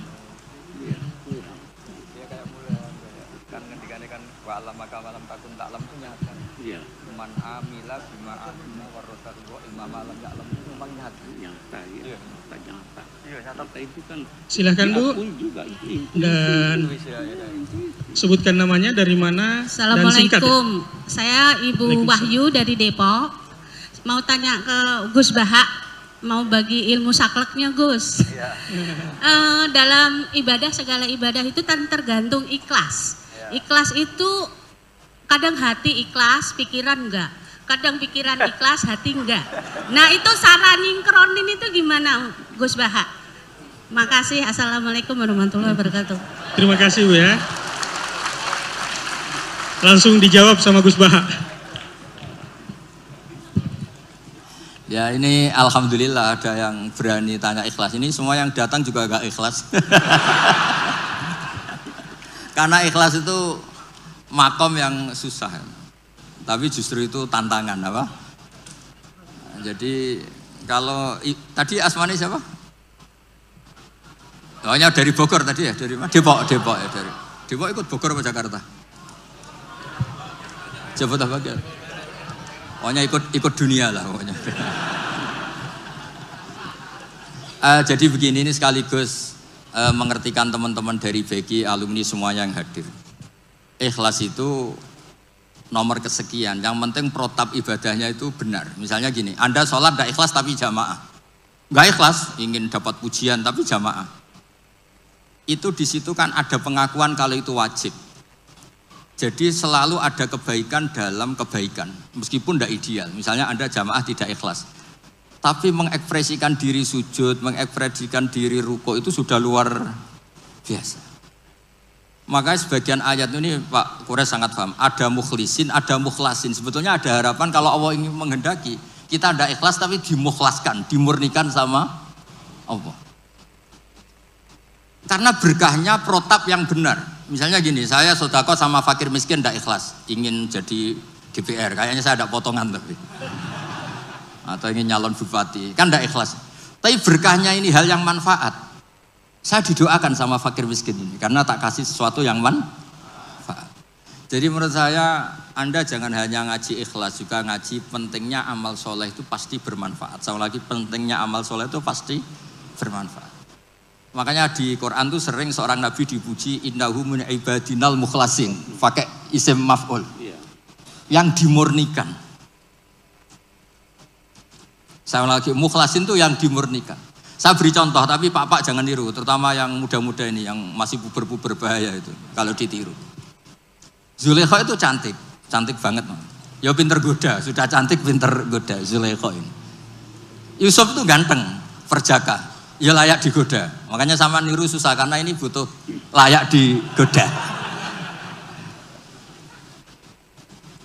Nah ini dengerin betul ini betapa ikhlas itu nomor 2. Yang nomor 1 itu amal itu benar dulu. Sehingga digambarkan Quran walaqad hammat bi. Zulaikha ingin nikmati Yusuf, wa hamma biha Yusuf sebagai orang normal juga ingin nikmati Zulaikha. Tapi terusannya laula ar-ra'a burhana rabbi. Terus Allah hentikan kadzalika linasrifa anhu su'a wal fakhsha. Ini campur tangan Allah itu nomor 1.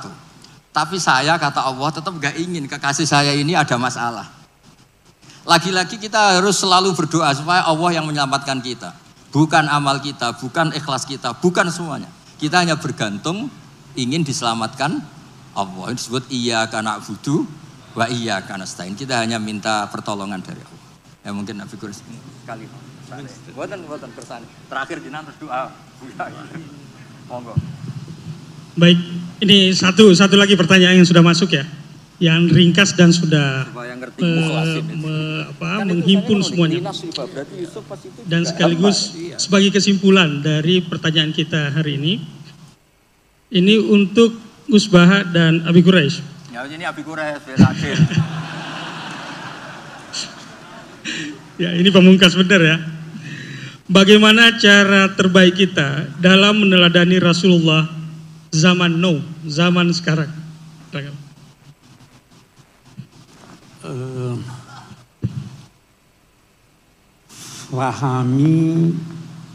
Fahami sunnah Nabi, fahami Al-Quran. Satu hal, Rasul itu punya fungsi bermacam-macam. Bisa jadi fungsinya sebagai pribadi. Dia suka makan ini, dia tidak suka makan itu. Itu Anda tidak perlu teladani itu. Dalam konteks pertanyaan itu banyak ya, Nabi sebagai hakim, Nabi sebagai mufti, Nabi sebagai politisi, Nabi sebagai anggota masyarakat dan lain-lain sebagainya. Macam-macam. Nah, itu sebabnya tadi saya katakan teladani dengan cerdas.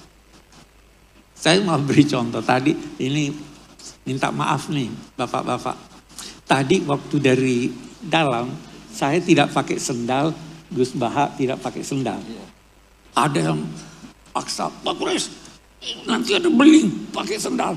Terus ada disodorkan pada saya sendal orang lain, saya tidak tahu. Tolong itu dilihat tuh nanti ya toh. Dulu masa Nabi mau kita lihat Nabi. Jangan ada yang pakai alas kaki, jangan pakai alas kakimu kecuali setelah keluar masjid. Kalau di dalam masjid atau pakai waktu mau keluar di ini. Kalau semua harus pakai alas kakinya waktu keluar, itu tidak mungkin. Jadi walaupun Nabi sudah perintahkan seperti itu, situasinya tidak memungkinkan. Jangan lantas berkata, saya ikuti aja Nabi, nanti yang keluar semuanya pakailah alas kaki, jangan pakai alas kakimu dalam keadaan kamu berdiri. Semua berdiri, tidak keluar-keluar orang kita di sini. Jadi fahami dengan cerdas. Jangan ada yang berkata, Nabi menikah, mau teladani Nabi. Itu orang bodoh dan orang sombong. Bodoh karena dia tidak tahu ini bukan tempat meneladani. Dan sombong karena dia merasa dirinya sama-sama Nabi. Jadi pelajari situ, pelajari apa. Satu contoh lagi yang lain saya beri. Soal Nabi terkadang berfungsi sebagai hakim, terkadang berfungsi sebagai mufti. Ucapannya itu harus kita teliti. Saya sering beri contoh ini. Karena apalagi kalau ibu-ibu banyak. Ada suami kikir. Datang istrinya pada Nabi Hind. Itu suami saya kikir, wahai Nabi. Boleh enggak saya ambil duitnya tanpa izin? Bagaimana ini? Nabi jawab, ambillah. Asal wajar. Mencuri atau tidak itu?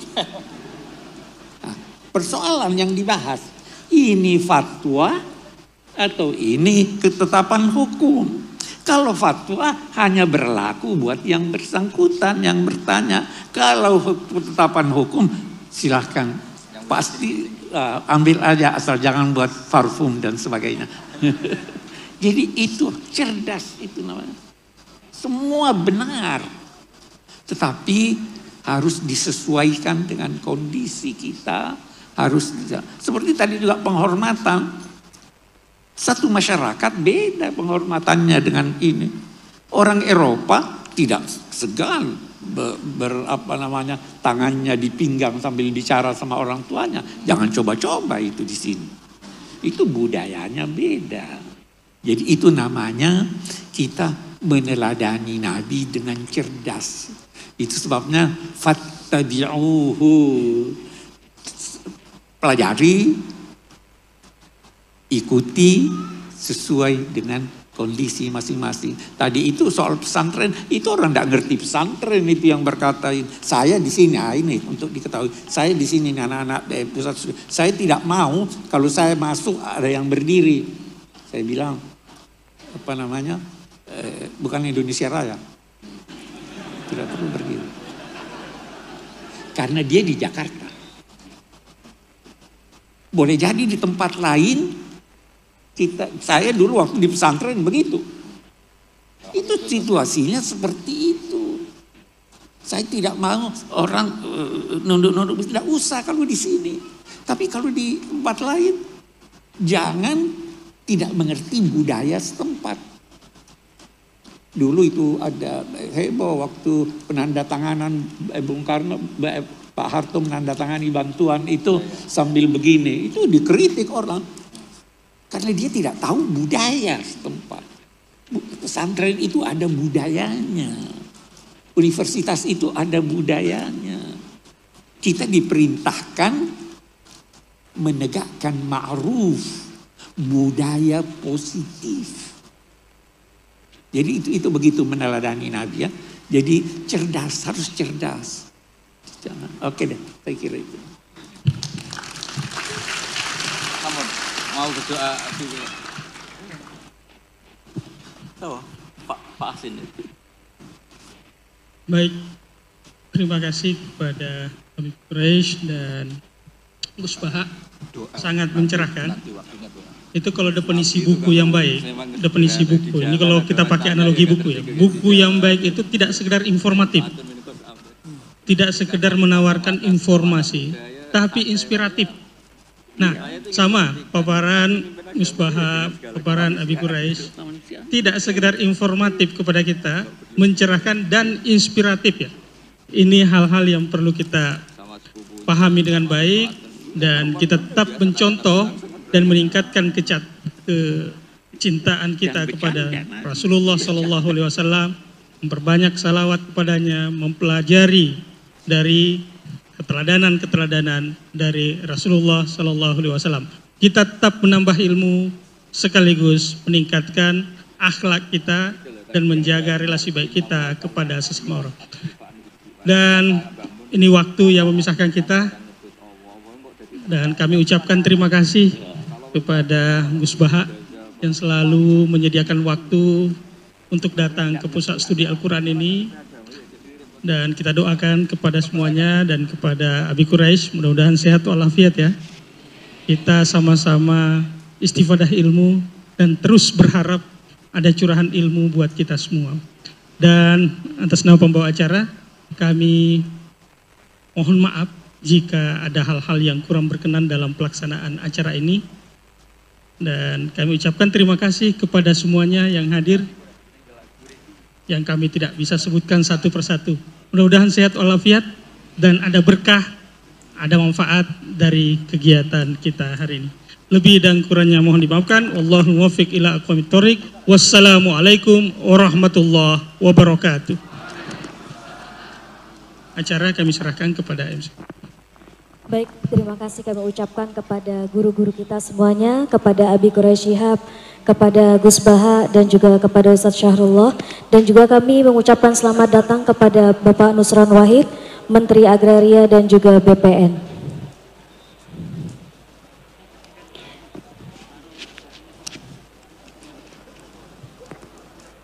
Baik, selanjutnya hadirin wal hadirat, seluruh rangkaian telah kita lalui dengan hikmat dan penuh cinta.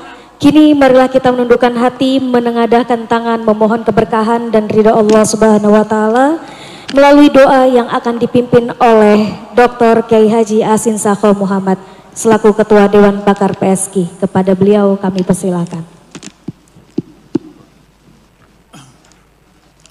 Bismillahirrahmanirrahim. Alhamdulillahirabbil alamin. Hamdan yuwafi ni'amahu wa yukafi'u mazidah. Ya Rabbana lakal hamdu wa lakal syukur kama yanbaghi لجلالك وشكر أمام سلطانك. اللهم لك الحمد حمدا كثيرا طيبا مباركا فيه. سبحانك لا نحصي ثناء عليك أنت كما أثنيت على نفسك. ولك الحمد حتى ترضى ولك الحمد إذا رضيت ولك بعد الرضا. اللهم لك الحمد كله ولك الشكر كله بيدك الخير كله وإليك يرجع الأمر. اللهم صل صلاة كاملة وسلم سلاما تاما على سيدنا محمد الذي تنحل به العقد وتنفرج به الكرب وتقضى به الحوائج وتلبى بالرقاب. حسن وخواتم واستسقى لهم بهرج كريم وعلى نصب في كل لمحة ونفس بعد كل معلومات. ربنا لا تدع لنا في مقامنا هذا ذنبا إلا غفرته ولا عيبا إلا سترته ولا هما إلا فرجته ولا عدوا إلا هلكته ولا دين إلا قضيته ولا مريض إلا شفيته ولا ضالا إلا هديته ولا عائلا إلا غنيته ولا فساد إلا صحته ولا صديق إلا رحمته ولا حاجة من حوائج الدنيا والآخرة غير رضا لنا فيها صلاة إلا قضيتها ويسرتها إنك تهدي السبيل وتجبر الكثير وتغرق يا رب العالمين. اللهم ارزقنا حبك وحب نبيك وحب كتابك وحب من يحبك وحب عمل يقربنا إلى حبك. اللهم اجعل حبنا لهذا القرآن الكريم. اللهم اجعلنا لهذا القرآن الكريم أحلى من العسل. اللهم بعلمك الغيب وقدرتك على أحينا ما كانت الحياة خيرا وتوفنا ما كانت. اللهم إنا نسأل خشيتك في الغيب والشهادة ونسأل كلمة الحق في الغضب والرضا ونسأل الرضا بعد القلب والشوق إلى لقائك ولذة النظر إلى وجهك الكريم في غير الضراء مضر ولا فتنة. اللهم زينا بزينة الأيمان واجعلنا هداة مهتدين واجعلنا هدى. اللهم اجعلنا هداة مهتدين. اللهم إنا نسألك العفو والعافية والمعافاة الدائمة في الدين والدنيا والآخرة. اللهم ارزقنا حبك وحب نبيك وحب كتابك وحب من يحبك وحب من يقرب لك. اللهم صل على سيدنا محمد وعلى سيدنا محمد كما صليت على سيدنا إبراهيم وعلى سيدنا إبراهيم فلان. اللهم إنا نسألك إيمانا لا ينفد بقرة لا تنقطع مصاحبة نبيك محمد صلى الله عليه وسلم في أعلى جنة. اللهم إنا نسألك إيمان البشر قلوب من الصادق إنك على كل شيء قدير. يا حي يا قيوم برحمتك نستغيث واصلح لنا شأننا كله ولا تكلنا إلى أنفسنا طرفة عين ولا أقل من ذلك. ربنا هب لنا من أزواجنا وذرياتنا قرة أعين واجعلنا متقين أمام. اللهم اجعل هذه المؤسسة دار قدام مؤسسة موضوع إنك على كل شيء قدير. اللهم بارك لنا في مؤسستنا هذا. اللهم بارك في مؤسستنا وارزق الخائبين قائمين فيها.